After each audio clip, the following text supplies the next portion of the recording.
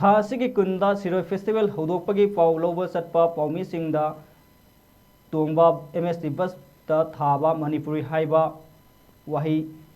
Lothokadabani Haina Imphal Ukhut Lambigi Kuala Tabida Leiba Mari Shubha Maharajamangi Parsen Mari Mangana Athingba Piba Danatana Manipur Haiba Wahi Kumjin Khibagi Thodok Ase Manipur Mai Hona Saknaba Sinba Thodokni Asina India Langaki Thosil da Manipur bu Thugaina Bohonai Haibasi Mayek Sengna Tagle Haina Hairok Apunba Maira Paibi Singna India Langaki Mathakta Pen the Wafam Kuya Thambakli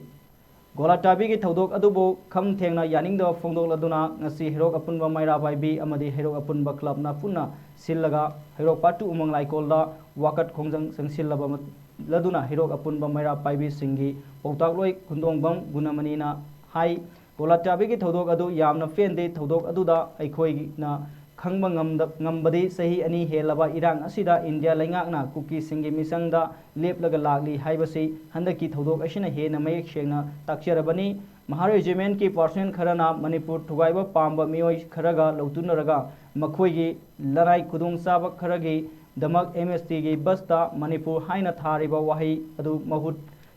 Mahutta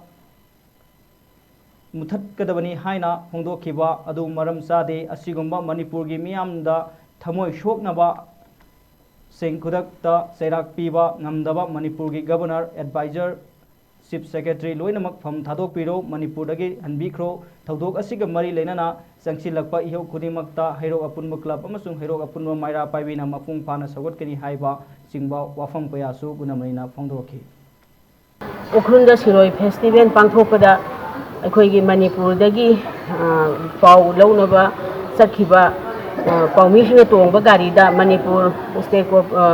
Manipur Thabado Regional Tawgibado Akhoi Yamna Nungaite Masigi Chap Chaba Khudamdi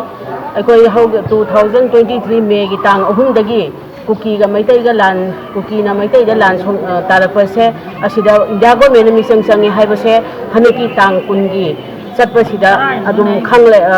Chap Sana Praman Pire Aduna Manipur da lebiriba governor aduga Akhoi gi chief advisor punamakse Asigumba Thodogase Tashinba Ngamoidobo Ragadi Manipur da lebirano Sapigro Sine Saba Tingnabane Kadikanani Moy Ngasi Fawada Manipur da lebada Afaba Mata Tawbirakte Aduga Paumi da Fawa Dumaina Akhoi action tawradi misam na satpadadi kari oigani Masi Matungda Asigi Kanose Santai Tawbidragadi Akhoi Manipur Hairok Apunba Club Amadi Maira Paibina Manipur da Tholakpa Isu Khudingmakta Asawa Thodang Lauraga Mayok Nagani Haiba